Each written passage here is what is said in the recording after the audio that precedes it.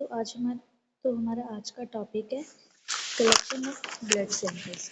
तो हम blood sample collection किस लिए करते हैं? किसी भी डिजीज़ को डायग्नोज करने के लिए, डिटेक्ट करने के लिए हम ब्लड कलेक्शन करते हैं। अब इसका फर्स्ट जो प्रिपरेशन हमने क्या करना होता है, पेशेंट को प्रिपेयर करना होता है, उसको इन्फॉर्म करना होता है कि किस तरीके से आगे प्रोसीजर परफॉर्म होगा, किस तरीके से हम ब्लड कलेक्शन करेंगे। फर्स्ट पॉइंट होता है inform consent. Explain the procedure and purpose to the patient. Obtain consent if required. Patient को सबसे पहले हम लोग क्या करते हैं, जो भी प्रोसीजर है वो पूरी तरीके से हम एक्सप्लेन करते हैं, और कोई अगर कंसेंट फॉर्म की रिक्वायरमेंट होती है तो वो भी पेशेंट से हम फिल करवाते हैं।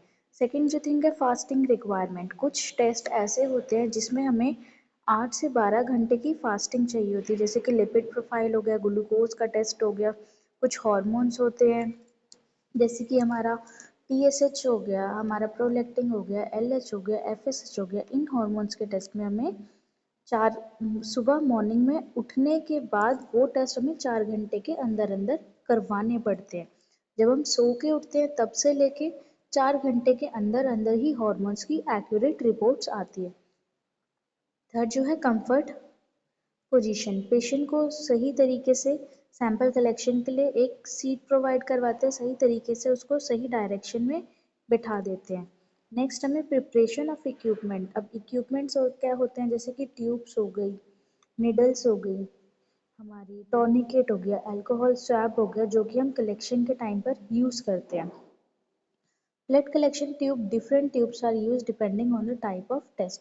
अब टेस्ट के ऊपर डिपेंड करता है हमने कौन सी ट्यूब्स का यूज करना है। जैसे कि सीरम सेपरेट ट्यूब्स होती है, ये येलो कलर या रेड कलर में मिलती है। इसके अंदर कोई भी एंटीकोगुलेंट प्रेजेंट नहीं होता, जिस वजह से जो ब्लड है, ब्लड के अंदर ब्लड की क्लोट्स बन जाते हैं, ब्लड थिक हो जाता है, क्लोट्स बनना स्टार्ट हो जाते हैं उसके अंदर, जिससे हम सिर्फ बायोकेमिस्ट्री टेस्ट हो गए, लिपिड प्रोफाइल हो गया, हॉर्मोन्स के टेस्ट हो गए, LFT हो गया, लीवर फंक्शन टेस्ट हो गया, किडनी फंक्शन टेस्ट हो गया, ये सब हम परफॉर्म करते हैं।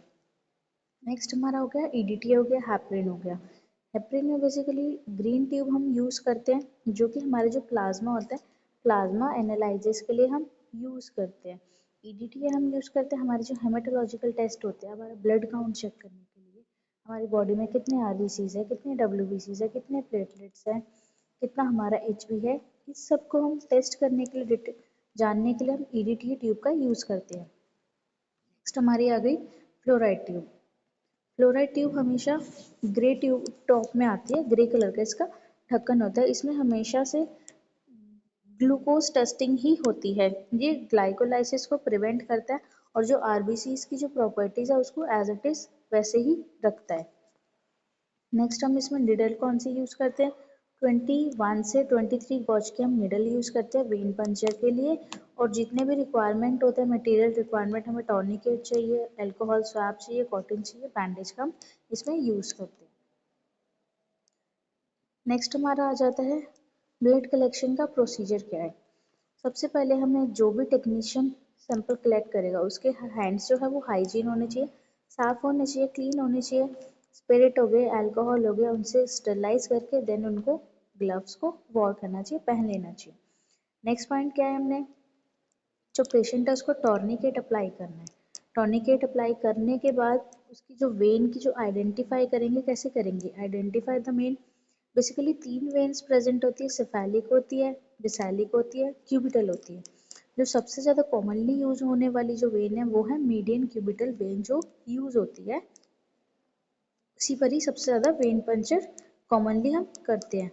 अब उसके बाद हमने क्या करना है, वेन को भी आइडेंटिफाई कर लिया। वेन को आइडेंटिफाई करने के बाद उस एरिया को डिसइंफेक्टेंट करना है, क्लीन करना है। हमने कोई भी अल्कोहल स्वैब ले लिया, उसमें चाहे अल्कोहल हो चाहे इथेनॉल हो, उससे हमने उसको पार्ट एरिया को स्टरलाइज करना है, क्लीन करना है, फिर एयर ड्राई करना है। एयर ड्राई कर लिया हम, उसके बाद हमारा जो वेन पंचर का प्रोसेस आता है। अब हमने क्या करना है, निडल लेनी है, निडल में जो ऊपर वाला जो पार्ट होता है उसमें से एयर को रिलीज करनी है। एयर को रिलीज करने के बाद वेन के ऊपर हमने इंसर्ट करनी है, 15 से 30 डिग्री के एंगल पर निडल को इंसर्ट करना है। इंसर्ट करने के बाद धीरे धीरे धीरे धीरे ब्लड को कलेक्ट करना है। ब्लड को कलेक्ट करने के बाद जब जैसे ही ब्लड की कलेक्शन हम कर लेंगे, कलेक्शन करने के बाद हमने सबसे पहले क्या करना है, कॉटन स्वैब को निडल के ऊपर रख देना और निडल रिमूव कर देनी है। निडल रिमूव करने के बाद डायरेक्ट हमने क्या करना है, टॉर्निकेट खोल देना है। अगर हम टॉर्निकेट नहीं खोलेंगे तो ब्लड का प्रेशर बना रहेगा और ब्लड रिलीज हो जाएगा और उसमें हेमोलाइसिस के भी चांसेस होते हैं। हेमोलाइसिस मतलब क्या होता है, हेमोलाइसिस होता है जब हमारे आरबीसीज टूट जाते हैं, टूटने के बाद उनका जो एचबी होता है वो बाहर आ जाता है, उसको हम बोलते हैं हीमोलाइज। अब हमने ब्लड कलेक्ट कर लिया, कलेक्ट करने के बाद हमने ऑर्डर वाइज ट्यूब्स के अंदर डालना स्टार्ट कर देना है। कोई जो जो हमारे पास ट्यूब्स है, रेड हो गई, येलो हो गई, लेवेंडर हो गई, ऑर्डर वाइज हमने उसमें ट्यूब को ब्लड डाल देना है। देन हमने क्या करना है, उस एरिया पर कॉटन लगा के वहाँ पर क्या करना है, कॉटन से क्लीन करने के बाद बैंडेज चिपका देनी है ताकि जो प्रेशर है वो भी कम हो जाए। और बैंडेज कब अप्लाई करनी है, जब प्रेशर कम हो जाए। अब प्रेशर कम होने के लिए क्या करना है, हमने कॉटन स्वैब है उस एरिया पे जहाँ पे वेन पंचर है वहाँ पे अप्लाई करके रखना है। अप्लाई करने के बाद जब प्रेशर कम हो जाए, प्रेशर कम करने के बाद बैंडेज वहाँ पर हमने लगा देनी है।